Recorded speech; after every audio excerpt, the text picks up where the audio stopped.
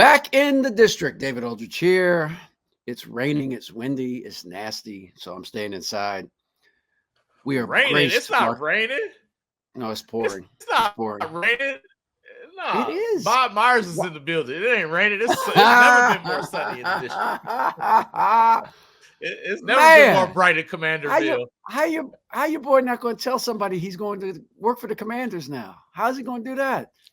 I can't get a heads up, Marcus. Text. Damn. That was literally my text. Like, that's what we doing? I got to find out at 7:40 in the morning? All right. You know what I'm saying? Damn. Wait a minute. Let's ask our guest, the great Zena Kada. Zena, did you get a text from Bob saying, "Yeah, I'm thinking I'm gonna make this move"? Absolutely not. Absolutely not. And I'm shocked, but I'm not shocked at the decision. But it was the way they dropped it was so random. You just that's not news. Was that on your bingo card for 2024? No, it wasn't on mine. No, not at all. The Commanders made a New Year's resolution. You know what I'm saying? They was look, we get right this year. We were arguing about resolutions. Well, wait a minute. We were arguing about resolutions. I think they're stupid. Marcus thinks there's value in them. It's just stupid. If you want to lose 20, you want to lose 20 pounds, why do you have to wait to January 1st? Start on May 8th to lose 20 pounds if that's what you want to do. Like, David, you're thinking too logically. That is the obvious answer. But that's not how humans operate. Humans need structure. Humans need a launch point. And that's what, resolutions. I mean, look, the bottom line is people who want to lose 20 pounds ain't losing 20 pounds. So the idea is you can just lose 20 pounds whenever. It is true. We're the most obese nation in the world. Like, people are not losing pounds. People are popping Ozempic like Skittles. Like, nobody's like, this is clearly the place where people are just like, you know what, I'm just about to be out here on my health kit. Nah, that's not how it's happening. McDonald's is still popping. Taco Bell still lit. Marcus, I've lost 70 pounds over the course of my adult life. What made you start? Wow. What made you start? And I didn't start on January 1st. You know what made me start? Yeah, you know what made me start? I'll tell you exactly what made me start. I was covering the bullets then. That's how long ago this was. I went in the locker room. I thought I had a suit on. I thought I was looking nice. Darryl Walker looked at me and said, "Dude, you need to get on that Bahamian." You know what that means? You need to get on that Dick Gregory. You need to lose some weight is what he was trying to say. So I was like, damn, is that bad? And that day I was like, okay, I got to do something. I could literally say to you, man, you ain't need him to say that to start. You could have just started anytime. But that wasn't January 1st. It's the same thing, though. That was whatever day he said that. I'm saying January 1st is that. For some people, that's January 1st. Yeah, but that's artificial. Listen, it's not. It's not. There's something new and vibrant about the year. Listen, Lamentations 3:23 every day says the Lord's mercies are new every day. So what are they at the start of the year? Every day's new. That's right. Every day is new. Everybody. Right. Tomorrow is the first. Absolutely. Tomorrow is the first January 10th. Let's get rid of birthdays. 2024 ever. Let's get rid of birthdays. Forget them. Okay. What are they here for? Why do we need birthdays? It's the start of your life. No, I'm saying if every day is new, every year is new. Every decade is new. Every century is new. So there's nothing special about January 1st then. Yes, it is. It's the start of a new calendar. The latest in a series of new days. Nope, Nope. It's a new calendar, a new clean slate. For those listening, I am still here, by the way. I'm not going to let David Aldrich take away the hope of the people. Some people need the turn of the calendar. Some people need to look at a full year and say, I got a new chance. You literally you're talking about not taking the hope away of the people. You literally just told people they won't be losing the pounds that they probably wanted to lose this year. I'm saying people make it seem like, oh, you could just lose the weight. I'm like, that's clearly not happening in America. It's not just, I can lose it whatever I want to. No, people clearly need some form of motivation. They need something all the time. Yes, but people need a reason. If you're listening and you need motivation, David Aldrich just told you 70 pounds over the course of his life. That could be your January 1st. The equivalent, though, I will give you that. Still, it's something. It's an impetus. It's something that gets you going. Yes. I've told this story. Well, actually, maybe I haven't told the story. I wound up going to Jerry Krause's Fat Doctor. That's how fat I was. I had to go. I had to go to a doctor. I went to the doctor. I said, and he said, "Do you know He literally said, "Do you do anything in sports?" And I said, "Yeah. Well, actually, yeah. I'm a sports writer." And he goes, "Well, one of my patients works in sports. I don't know. You may not know him." I said, "Well, what's his name?" He said, "Jerry Krause." Jerry Krause. So anyway, he gave me the best advice. He said, how often do you weigh yourself? And I said, every other day. And he said, throw the scale out of your house. Stop worrying about the number. The number is not what matters. What matters is, do you feel better and can you do more things? That's all that matters. And so that unlocked everything for me when I stopped worrying about the number and just started working out and going to the gym and eating better and not drinking a lot, drinking less. Drinking less. And that didn't happen. But for a lot of people, that does happen at the turn of the calendar year. I'm not down on that. If that gets you going, God bless you. I'm not down on it. And also, why is it only about weight loss? Like, what if you just want to be a better person? It could be anything. That could be anything. Sure. What if you want to be better at your job? You can start drinking less. The Commanders wanted to be a better football team. That's why they hired Bob Myers. I bet you they called him on January 1st. On January 1st. They were like, we're going to start these conversations on January 1. Things needed to change. So I can't stand Christmas. That's why I'm high on New Year's.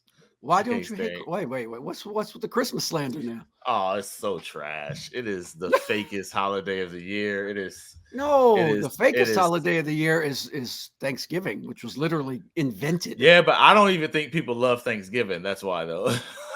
People don't really love Thanksgiving. No, I think. You just like people like the gathering of their families. And food, obviously. Again, another thing that can happen any time of year. Doesn't have to be on this day. But like people don't even like turkey. We just be cramming turkey down our mouths. Like it's all dry. It's all driest. I was gonna say it's the driest of all the burgers. Put some more salt on it. Put some more salt on it. People out here losing their life trying to fry turkey, trying to make that thing good. Like it's fires all over the nation. Right. Oh, that's a fire. Right. Christmas is like paraded. It's supposed to be about giving and it's all about receiving. It's supposed to be about joy and community, and it's really just about materialism, and it's just been hijacked. Like it's turned into this like superficial. Brown all of a sudden. Absolutely. No, this is very fascinating. You are just man. I've been down on Christmas. Marcus ain't get the G.I. Joe when he was 6 years old. That's what I mean. There's some trauma built in there. He wanted that G.I. He wanted the G.I. Joe with the kung fu grip, and he didn't get part of it. There's something there. No, that's no question. Part of it is the fact we grew up really poor and we didn't have Christmases. So now during Christmas, I can't help but think about the people who are really but don't get to celebrate, and ain't nobody think about them fighting in the line at Best Buy. Right. Like you know what I'm saying? Trying to get like I was trying to get this Emerson I do TV hate the way that it's been capitalized. This last one, there's two left. That Emerson TV that ain't gonna last till June, you know. Oh, but it's Christmas. You're not wrong. Yeah, exactly. You're not wrong. That's real. And you can't wrap it up when they get home because they can't. It's just I get it. Oh yeah, I got all of these ideologies born of like a traumatic childhood. You know what I'm saying? Like I've just started feeling cool about dogs again. Right. Damn. I've learned that it's not the dogs I have an issue with. It's the people who overvalue dogs. You know what I'm saying? Because the one thing that used to eat me up, used to burn me up, as I was a hungry child, and I would see a dog with like a sweater on, a steak. You know what I'm saying? I'm like, like in our, you really will be like, yo, in this society, this dog is more valuable than me. Like nobody cares that I was hungry, and you know what I'm saying. But I'm looking at dogs have a better life than me, so that created a definite like trauma in me where I was like, I can't stand dogs. Then I realized like, nah, it was just the people. Like dogs didn't do nothing. The dogs are just being dogs, you know. Yeah, they just being dogs. Yeah. My dog definitely wore a sweater to Christmas. So yeah. That's 2 strikes right there. You guys can't those of you listening can't see this, but Marcus and David can see my dog is right there in his. I don't have a problem with dogs. In a dog bed. In a dog bed that he has one there and one down there, just for height. Got two dog beds. Am I someone that overvalues my dog? Maybe I am. I don't know. He saved me through the pandemic. So I'm gonna put some. You know what? I'm mature enough and developed enough to understand that you should value your dog however you want, as long as I have the freedom to place my values. But to hate Christmas. Yeah, exactly. You love dogs. I hate Christmas. There you go. And that is the end of Marcus Thompson's therapy session. We appreciate all of you listening. There you go. It was free. I've already had the therapy sessions. That's why I can talk about it. There you go. All right. So can we get back to Bob Myers and football? Because this is surprising to me. Like Kawakami wrote, I guess he wrote something a few weeks ago where Bob said he was intrigued by football, but I'm shocked by this. I'm shocked. It doesn't shock me. It doesn't shock me in the sense that like Bob needs a challenge, right? And like, I mean, remember he was like a very successful agent. It was like, you know what? I don't want to do this anymore. Right. Let me go be a GM of a terrible franchise. Right? See if I can do that. Yeah. And then he like out of nowhere. I mean, not out of nowhere, but he just essentially walks away from a lot of money, from a position of prestige, and he just leaves and is like, I think I want to do TV. Like, and before that, he's like popping up with podcasts and stuff. It's like, Bob, there's a part of Bob that just gets a little restless soul, and it's like, I need to try something new. So, challenge, like, if it was, I'd probably be more surprised if it was like NHL, but I could see Bob saying, like, you know what? Yeah, I want to do that. So next he's gonna like make movies or something. Just give him about 5 years, and something else is gonna happen. I was saying, if you told me Bob is running for the Senate, I'd go, okay. Yep. Or if you told me he's going to run the Special Olympics, I go, okay. You know, like you got to take advantage of that good hair while you can. But no, it does make sense in the sense, like, I mean, Marcus, you just listing out all the things that he's done. He's also incredibly good at what he does. And when you think about what he's been hired to do, which is hire people and put personalities together and find a right mix and, you know, figure out the puzzle pieces for a team that struggled, it makes a lot of sense that someone would look at Bob Myers and be like, who took the worst franchise and created a dynasty out of them with some very, very different personalities? Bob Myers. Okay. Let's think about what the Washington Commanders have. And they've had a lot of turnover and changes and shifts. Yes. But a lot of personalities. So that makes sense that they would hire him for it. Yeah. It's fascinating. There's a Warriors philosophy about this that starts with really Joe Lacob and, you know, his whole venture capital mindset. The way he did it is he's like taking over these businesses, but he'll tell you like the most important thing is finding who's going to run your business.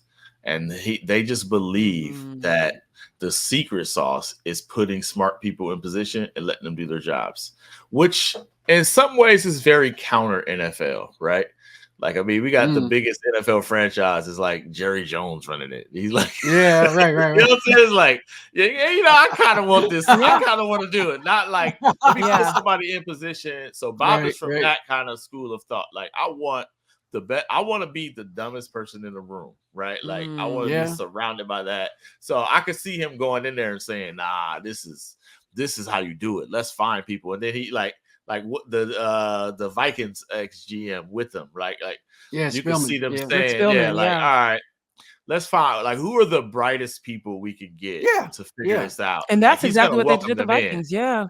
Absolutely. And Zena, how do they work together? That's the most important thing. Like to me, I feel like that's what Bob's strength was how do we get Steve Kerr and Draymond Green to see basketball the same way? You know what I mean? Like, that's hard to do.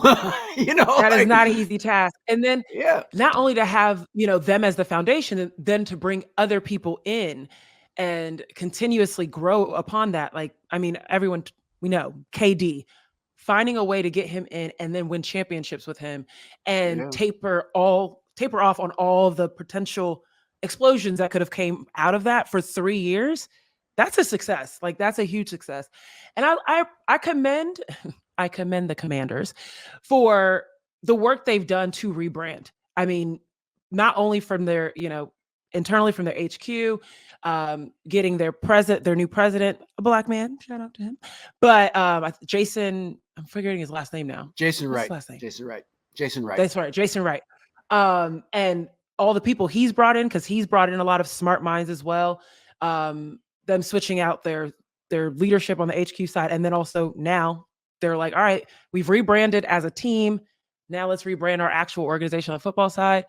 I commend them for this and then I commend them for going outside of the NFL world, because wow, the brotherhood in the NFL I think that is the part that shocks me the most. The fact that they were like, no, let's bring in somebody that's completely outside of our world to do this. Because it's usually next man up of, this is my homeboy. He's done this before, or, whatever or it is. My son. Bringing in Bob Myers. Yeah, exactly. My son, etc. Right? Yeah. The nepotism is real. And so that's cool. Some generational losing to do that to you, Zena. It'll make you reassess something. Fair. All right. So let's I also want to, we mentioned Draymond, and I guess, is he talking today? Yeah. Tuesday? Yeah, he's talking today. Okay. So again, he talked on his podcast. The I know. So he's talking again. I know. I listened to it. I commend Draymond for kind of trying to do this in real time, kind of figuring out what needs to change. I wonder if it's going to be successful, not because he doesn't want to do better. I just think his competitiveness, as you all know, gets the better of him sometimes. And the Dubs are not the Dubs of old. They are not.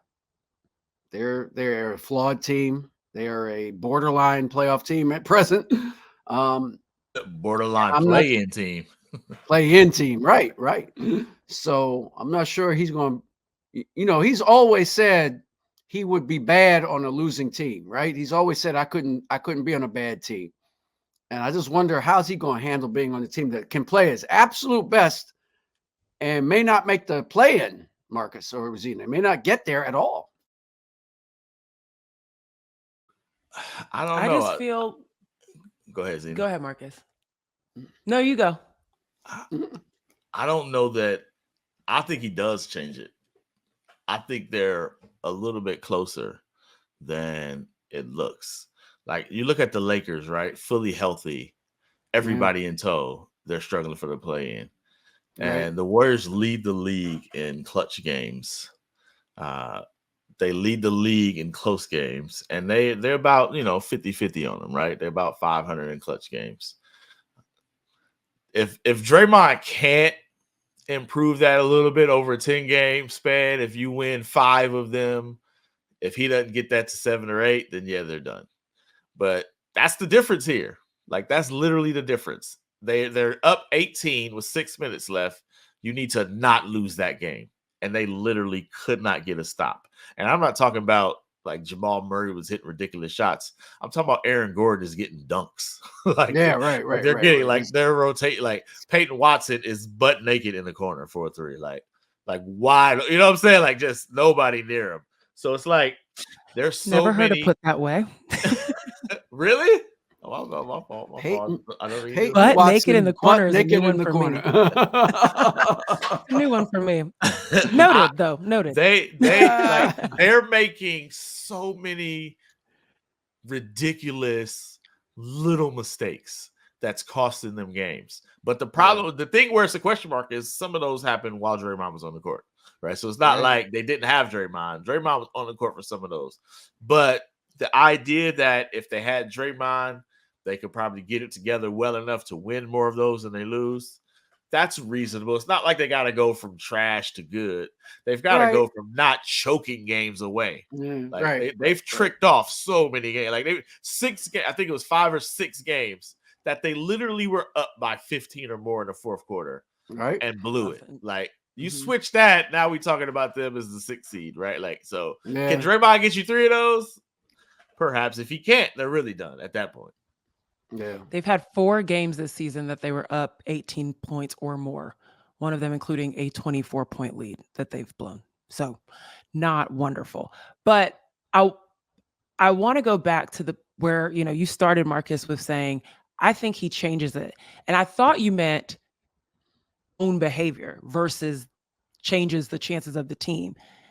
I just want to make sure, is that what you were referring to? I got a whole way different thought about the behavior thing, but I was talking about okay. Yeah, no, my perspective is that I don't think as far as the team goes, I don't think he makes things perfect, but he's going to be a huge help for all the reasons that Marcus just said. I particularly am excited for Stephen Curry to get Draymond back because he needs the help to be able to do his thing on the court. He's been having to carry a lot of the load, and you look at what was the production of his last game. He needs help. He's tired, I think. And Draymond Green relieves that. Alleviates that load. Steph ain't tired. Steph is the meme from the Popeyes lady outside. The bent over, clocked in 5 shifts. Like, yeah, he's been putting in work. Okay. So I think that's what I'm excited for Draymond to come back. Okay. Now I think everyone can agree with that Draymond's going to help. He's not going to fix it all, but he's going to help. But I want to talk about this podcast. So okay, go ahead. Go. Any other thoughts before? No, go ahead. You could have stood some editing. Editing for time. Hey, listen, I walked away impressed. I'm like, yo, bro, you just straight talk for 57 straight minutes. You know what I'm saying? That's impressive. To the face? I don't know. That's equivalent to taking a 40 to the head to me. Like, wow. I got to 32 minutes and I went, whoo, 18 more to go. Hey, I stopped and did something else and came back later in the evening. He's still talking. I was like, that's impressive, man. The thing was where it was the pauses kept making me think that something froze on my phone or that I had to that it stopped playing. I was like, wait, is he still? Oh no, he's still going. Okay, my bad. I was like, I think there's something to be said about the one-on-one podcast because that is always a difficult listen unless someone's speaking straight through. But when it's just literally flow of thoughts and you are pausing to gather your thoughts, it can be kind of like, oh, what is happening? Am I still here? Okay, cool. We're still here. Cool. I think that I'd love for him to get a host with him to kind of allow him to bounce ideas off of, but that's just a logistics thought. Anyways, on the podcast, I feel like I have so many thoughts. I'm going to start with, regardless of how you feel about it, I appreciate Draymond giving the public this because at the end of the day, the public doesn't owe us this, right? He doesn't owe the peek behind the curtain, as he mentioned. He doesn't have to give us what his process was. He doesn't have to share the conversations he had, give us the insights on how his kids impacted him. He doesn't owe us any of this. And so him offering that information up, especially when we've seen other athletes this year go through incredibly public incidences off court, right? I won't name them, but, involving some women, some involving guns, some involving, whatever. No one's given us that insight as to what they're thinking, how they're going through. So I do commend Draymond for offering that. I also think that the message of what he was saying in terms of the growth and changing his perspective on certain things and things like that is I imagined what would it be like if his son watched this years from now. And I think that overall it was a positive message, right? And I particularly think about if there's young, particularly Black men in Saginaw, Michigan, let's say they don't know anything about Draymond Green, right? And they don't know anything about his history or anything. And they just listen to the message of what it means to look at help in a different way, what it means to take the process seriously. I think that there was a lot of great messages in that mix. Now, the thing I think that's hard is we aren't those hypothetical students that have never, or young men that have never known the history of Draymond. We do know the history of Draymond. And so now it's kind of you listen to all this and you're just kind of okay, we'll see. But but it's from what I gathered, it seems like he took this very seriously. The podcast was a little melodramatic, a little for me, but for the most part, I thought the message overall was good. No, I agree with you, Zena. I mean, I the fact that he was willing to do that. He didn't have to. He owes the public nothing At in terms all. of an explanation. Right. Was commendable. I just, and your point about him being willing to say, I need help, and doing that in a public way. I'm not sure I quite believe he was ready to retire, and Adam Silver talked him out of it, but maybe could be. I could be wrong on that. I'm not trying to be cynical. I don't want this to remain at 75 million. I'm out of here. And that's the part that I'm kind of like the melodramatic of like the build, I feel like certain things, I don't know if they were embellished or built up or whatever. That is a little bit like, wait, you were going to be suspended and you were about to walk away from this much money. What? Feels like a little much, but yeah. Nah, you know what it felt like? You know what it felt like if you've ever been in an argument with a significant other? It felt like when that person be like, man, we should just leave, we should just split up, or we should just leave. And you really don't want to. You're just saying that just so the other person could be like, no, we don't. No, please. No, do it. I'll be like, you know what? I'm leaving this. We're out of here. I'm leaving. Hoping. Just hoping that's with exactly all right. hope you'd be like, no, don't leave. Like, whoo, that was close. That's funny. That's what it felt and like. And you say it with like your eyes going back and forth, like, what are they saying? That's hilarious. It also makes me think of every time my mom, if I don't call her every day, you guys gonna miss me when I'm gone. Okay, Mom, we do not have to be so dramatic. Like, we don't have to go to those lengths. Oh, goodness. Well, I do anyway, think, yeah, look, here's my point on this. Like, I'm with you. He didn't have to do this, but I also, I don't like this. I don't like this idea that this dude can be like wild as a basketball player and a little bit, and occasionally out of control, right? And somehow that equates to him being a bad person. This sounds like somebody who is explaining, like, I'm no longer going to be a bad person. Like, no, this is somebody's father. This is somebody's husband. Like, why is he having to go on here and give a mea culpa about his career when the actual things that really matter in life, he's probably doing pretty good at. You know what I'm saying? That's the part that's a little bit like, and like, he's playing into it a bit, right? He's doing part of the dance, but part of that is because he was getting destroyed. Like, people are talking about he should never work again. He should go to jail. Like, that's what happens when you do this type of stuff, right? So on one hand, I'm like, look, Draymond, do whatever you want to do. If you want to become a better person, that's fine. Like, go ahead. Like, obviously, I think you should start on January 1, but whatever, do it with whatever you want to. I can't stand you. So if he just want to be a better person, then be a better person. If he knows what he needs to be, but this idea, like, we now have to monitor his development and growth, like he's some kind of like, yo, this dude's beating up women in the NBA. Like, why are we talking like Draymond is one of those people? Like, right.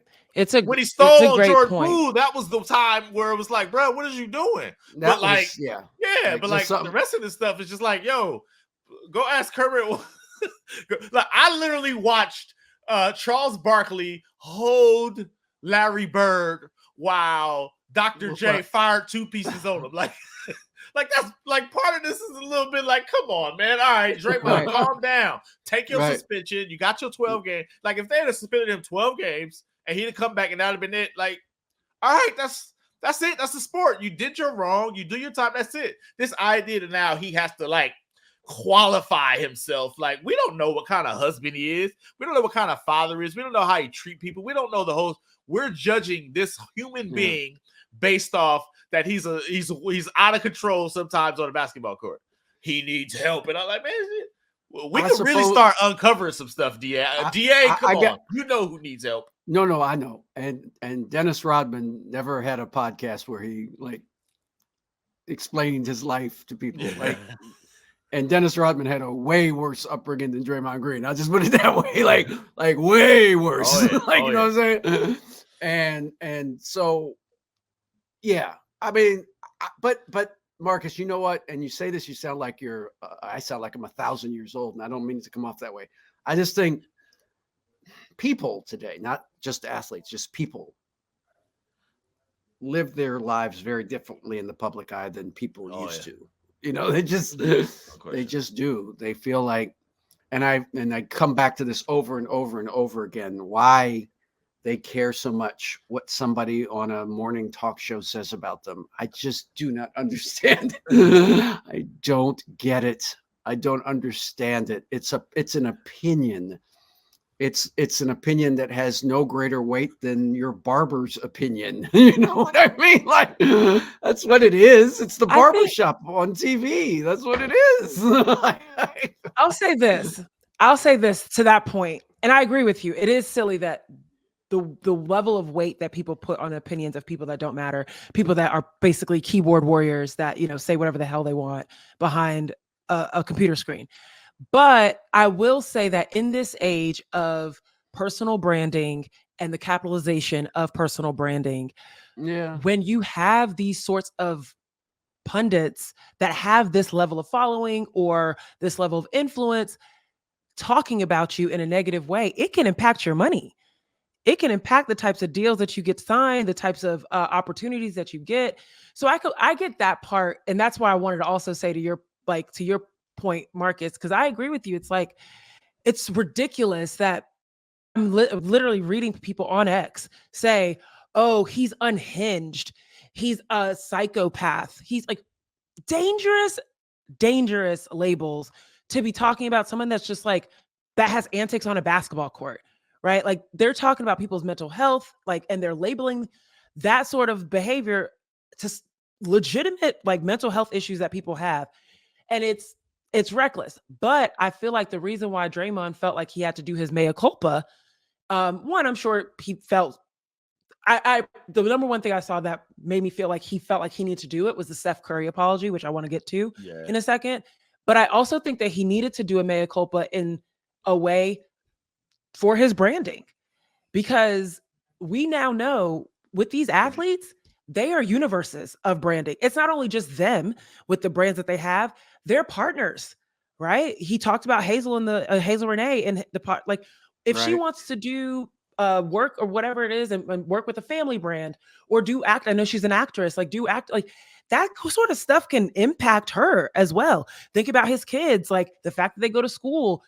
You know, I feel like that's the reason why he felt like he had to do that. And because we live in this age of everything is public and everyone feels like they have, you know, to answer to the public court of opinion. That's why we're here. But that's one point. The other thing I'll say is the only thing that I felt like, thank you, Draymond, for doing this, and this was the thing that I was like, okay, I can see why this was needed, was the public apology to Steph, because I appreciated his point that because of his behavior, Steph was now getting the backlash that he didn't necessarily deserve. And because it happened publicly, he wanted to apologize publicly. I thought that was a very thoughtful thing to do. So, yeah. But here's, what you're saying makes all the sense in the world. I just come back to, again, Steph Curry is one of the 10 or 15 greatest players in the history of this game. He's going to be a unanimous Hall of Fame selection. He's going to be first ballot. He gets in.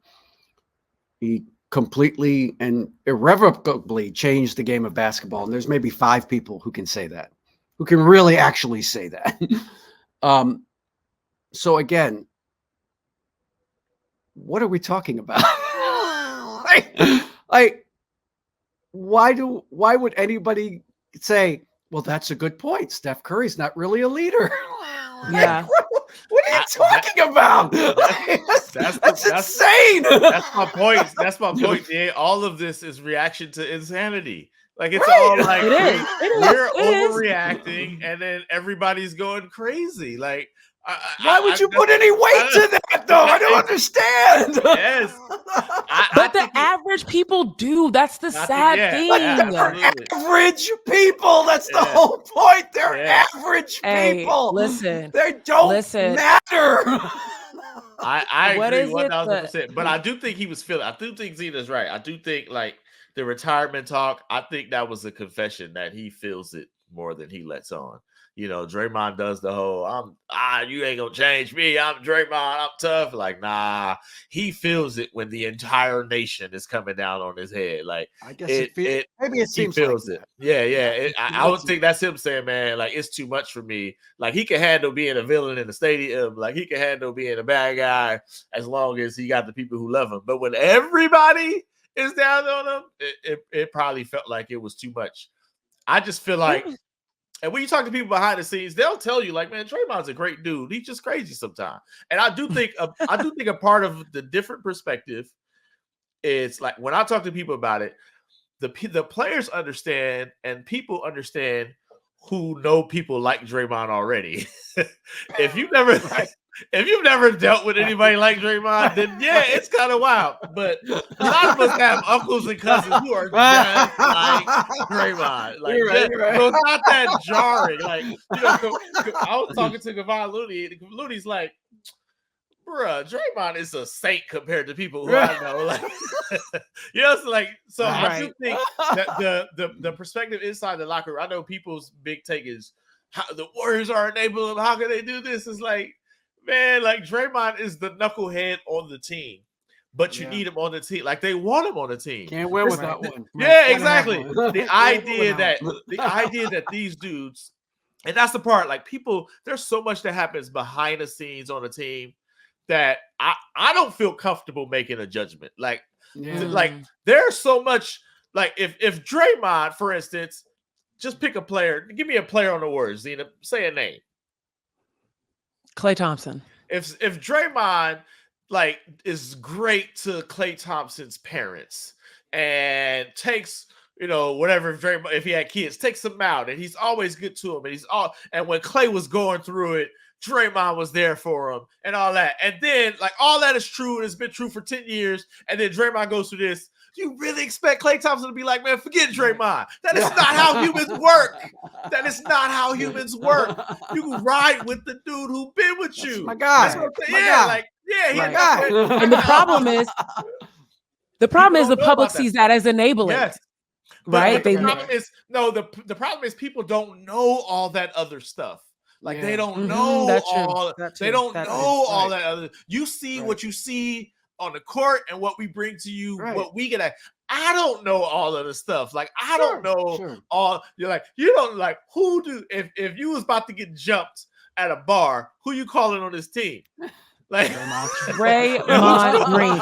And if anyone is trying to say it's somebody else, you lying. You're lying. And if you had to call Draymond and he showed up, wouldn't that change how much you're willing to put up with from him? Like, brothers, like that's what I'm saying. So we view this. I don't feel comfortable making these judgments because I'm viewing this from the perspective that I know, but I don't know most of that. Like, it makes sense to me why they would ride with him. I hate to make life like the movies. But did you see The Town, the movie about the bank robbers in Boston? What do we look like, Joe Mazzulla or something? my man Ben Affleck goes up to his guy and he says, "Look, I need you to do something for me. You can't ask me about it. I got to go hurt somebody." And my man looks up, and Jeremy Renner looks up and says, "Whose car are we taking?" Hey, that's Draymond. That's Draymond. I describe this as like every single, if it's hard for you to kind of empathize the positions that a Steph or a Klay or the people that have ridden with Draymond for the longest, like imagine you have that one childhood friend that you've gone in life and you've gone to different schools or you've gone and basically changed your environment significantly. Yeah. But your childhood friend rode with you, right? They protected you in school. They were the person on the park that, always played with you when you were in the park. They were the person that was at your house. But maybe they're not as smart as your new friends, or maybe they're not as fashionable as your new friends, or maybe they don't make as much money as your new friends. But that's still your friend. That's your person that was there for you from the very beginning. And it's kind of like, I'm not I know I'm in this space now, but I'm not letting that go. Right. And I'm not trying to say that, Draymond's not as smart or fashionable or whatever as someone else, but I'm just trying to say that for them, this is part of who he is. Absolutely. And it's also what's part of what makes him so great and why the friendship has allowed to, foster so much or become this thing that's been successful for the Warriors. And, right. So, and he's a big part of why they got 4 rings. Yes. Huge part of yeah, huge part, massive part. Huge. With that said, like he do be wilding on the court. Like with that said, like he hasn't been available. And like I'm not saying they aren't frustrated. Like, of course it's frustrating. I've never seen that locker room more mad than when he punched Jordan Poole. Like that was they were. No, that went beyond. That was beyond. Absolutely, that was beyond. Like that's the one thing where they like.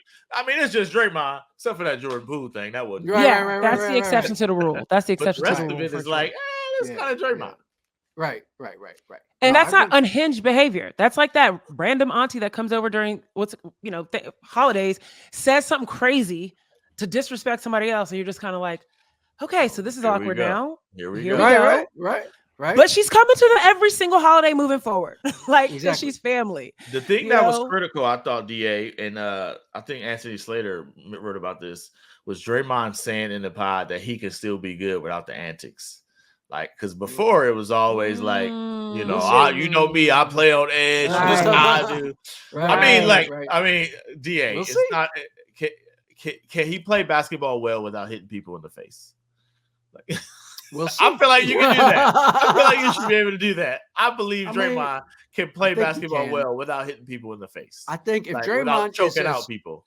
One thing Draymond has always been very vehement about is how smart he is on the basketball court, right? Like he's a genius. Like I outthink people, I disrupt. Okay, here's your chance. Do it. Be great without the knucklehead behavior. The part that I don't think he can resist is going to be the ref stuff. I don't think he'll be able to stop that. And he's going to get tested. Everybody he plays is going to hit him in the elbow, him in the neck. Yeah. And they're going to do it for the rest of the year. And people literally game plan to get him frustrated. Exactly. Yeah. No exactly. Yeah. That's going to be the part where it's going to be like, he going to get on that. He going to get attacked. He might get ejected. Now the lease is so short. Attack might be an ejection. You know what I'm saying? Right. So I could see him like, all right, maybe I shouldn't flail near people's heads. Like you just don't have to do that stuff. You don't have to do. You don't have to do that stuff. No, you don't have to choke Rudy Gobert. You don't. You don't have to do that. We all know he kind of wanted to do that. He kind of wanted to do that. That was that was a perfect opportunity for him. That was personal. Oh man, so he's got to play center, right? I mean, that's the only thing that makes sense, right? Yeah, he'll play center like to games. Steve ain't. Steve. Let me not say that. Steve has made a lot of very uncharacteristic adjustments this year. He's broken his own code a lot, but typically he likes to start a center. Typically, he just he's a 90s basketball player at heart. Yeah. But he has a lot of faith in that, Looney. Yeah, I get it, and he should. Loon's been terrific at important points. I'm not saying not this year. Well, I'm saying that's what I'm saying. This year's team, the best 5 players, Draymond plays the 5, right? Isn't that their best lineup? This year, yeah, because Looney hasn't been good. But they have 3 dudes who just haven't been good consistently. That's the difficult part where I really feel for Steve Kerr. Because on one hand, I've said this, like these dudes delivered a type, like he's seen him be good, and on the other hand, he's like, hey, these dudes are not good. Like they're not like Wiggins has not been good. He's just not been good. There's no other way to say it. And what does Steve do? Does he like give up on the dudes who rode with him? Like that's a tough call, Zeke. I don't know. I would say that it's not even. I don't know if I would say they haven't been consistent. Because to me, to say somebody's not been good, I mean, I guess Wiggins has not been good. To be consistent. Yeah, but Wiggins hasn't been good. My point is that he's had certain games where he's done like 10 out of like 5 out of 30. Yeah. Like to me, 10 most. Yeah. So I think this is the thing is like I feel for Kerr because on any given day, he is literally walking into the gym not knowing what to expect. Right. Like I feel like every single game, a new set of Warriors show up. Same names, it's just a new version of their games show up on the court. And that is incredibly hard to coach around if you game plan for a certain type of player. If you game plan for a certain type of production, what are you supposed to do when that production shows up one day and then disappears literally the next night? Like he's in a bad position. And they can't make a trade. They can't make a trade. I mean, there's nobody. They can. They could. Who's taking Wiggins? Ain't nobody taking Wiggins. I mean, they could trade Kuminga, but they ain't doing it. Yeah, you've been in this league long enough to see a bunch of bad deals and bad players moved. Well, that's true. Ben Simmons got traded. No, you're right. You're right. That's just about that's about the game your GM got. That's what I was gonna say. If your GM got game, That's a mic drop. I was like, oh yeah, that's real. That's when Lacob goes in. That's when Lacob goes into Dunleavy's office and goes, Bob Myers will make a trade. Bob Myers can make a trade. The question is the question they'll be faced with is what they do with Kuminga. Like that's the question. Yeah. Do you trade Kuminga? Might you put Kuminga with Wiggins or CP3, now you might be cooking with grease, but do you want to put Kuminga with them? Right. That's the thing. But like to Zena's point, man, they need somebody because Steph out here dying. Yeah. Steph out here dying on the vine. Maybe they can get by Myers. No, I'm just playing. Bob was like, I'll see this coming. Lord. I'm out. I'm gonna go cross the country. I know. That's crazy. My man is chilling in Miami this morning, making deals with Josh Harris. It's nice, man. DA, what you feel about your guy Chris Paul getting hurt, man? Ooh, I felt bad. I did feel bad. I don't like to see anybody get hurt, so felt bad for him. Hope he comes back soon. I hope it does. I hope this isn't how it ends for them. I hope they get one more run at this thing. And I don't know if they're good enough to win, but I hope they get a run at it. You hate to see but most dynasties end like this. This is how most dynasties end, badly, because guys get too old and they just can't do it anymore. It happens. Not the Bulls. Well, the Bulls ended went out with a championship. They did, but that's because that was predetermined. That was it. If they had gone out and played on that next year, they wouldn't have won, and it would have been bad. Yeah. It would have been ugly. Because they were done. They were out. They had nothing left. They were all Steph. All of them. Jordan, Pippen, Rodman, they were all Steph. We got nothing. We're done. Just tired. We're tired. That was one thing that I noticed that in the Draymond podcast, how he said that Steve and him were crying together. I wish I could have had a picture of that because I'm just trying to imagine what that looked like. But he said to Draymond, I want to finish this right or something like that. Let's end this the right way. We'll end this the right way. And this is the right way. And I thought that was another point of the podcast. I was like, this is another reason why I think that I do believe in Draymond coming back and doing the right things, because this whole season has been a conversation of the mortality of this thing. Yeah. Right. Yeah. Whether it's the mortality of Clay's career with it, and what he's doing and him coming to terms with that, Stephen Curry and all that. Yeah. And so I thought that statement of let's end this the right way is like, so y'all all know. Y'all are all very well aware, and you're just trying to put a bow on this thing. So I always feel the right way though. What's the right way? I mean, just with some dignity. Let's lose with some dignity. Let's go out with some dignity. Yeah. If we're going to lose, we get... You know what I'm saying? Get beat by Ant Edwards in Minnesota in the playoffs. You know what I'm saying? Exactly. Pass the baton. You know what I'm saying? Right. Yeah. Like McHale dapped up Isaiah. We out. We're done. We're done. Y'all got this now. Yeah. You know what I'm saying? Like, that's how you go out. That's how you're supposed to go out. Without the antics, without the drama, without the storylines. It's just bow out gracefully type of thing. Right. Yeah. That's real. The circle of life, baby. The circle of life. Oh my God. Here you go. All right.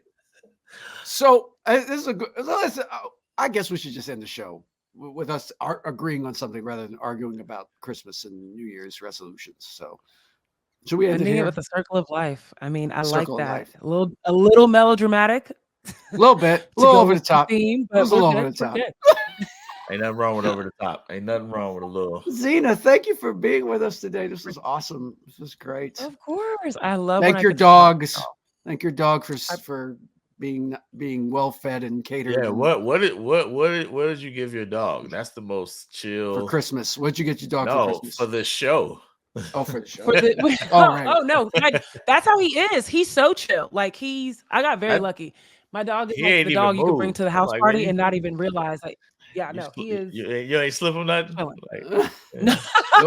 doggy downers. No, nothing. Don't you have PETA on my door, Marcus? Absolutely not. Absolutely not. No, he's just chill. You know, he's like me. No. Yeah. Come on, Marcus. Endorse it. Endorse it. No, I will not. I will not put you in the same category as a dog. It will not happen. No, that's good. It will not happen. I appreciate that. That's fair. We need one question before we go. Like, why does she have on a Cal Bears sweatshirt? DA, I don't understand. Because that was what was clean, is what I'm guessing, right? Correct. It's true. And why does she have a Cal Bears sweater? Is another one. I went to a game and I wanted to be a supporter. You know, why are you hating on the Cal Bears? I'm not hating. I love Cal. I'm just trying to figure out how she down. You know what I'm saying? Fans? She ain't from here. Okay. You know what I'm saying? She out here. She out here. You know what I'm saying? Like, come on, Marcus. Well, look at you trying to know my whole life. I'm just trying to represent. Look at me be. Thank you. Oh wait, they're not in. They're not in the Pac-10 anymore. It used to be the Pac-10. It used to be the Pac-10. Now the Pac-12 going to be the what? ACC now? Yeah. Right, I'm just saying these Ivy Leaguers trying to be down with us, man. I gotta check them at the door. You feel me, DA? Like, hey, I gotta check them at the door. Like, hold on, man. Damn, you kicking it in Berkeley before I see you rocking the sweatshirts. Damn. Come on. So disrespectful. It's just a shirt, y'all. It's a nice one. That's a target. Zena, just don't pay attention to him. Just take care of my coach. Take care of my coach, Coach Zebbia at Coach Jebbia, I should say, at Wake Forest. We love Coach. So if you ever get back to Winston-Salem, help her out because she's a great coach and she's trying to do her best there. So I agree. Y'all leave that 5-star review on Apple, Spotify, Google Play, wherever you get this fine American podcast. Marcus, if they can't leave 5 stars, what do they need to do? Keep it to yourself, you haters, or we're gonna make you celebrate Christmas. Oh no, you like that one. We're gonna make some resolutions. We're gonna make you eat. We'll make you eat turkey every day for a year. And it's gonna be dry, extra dry.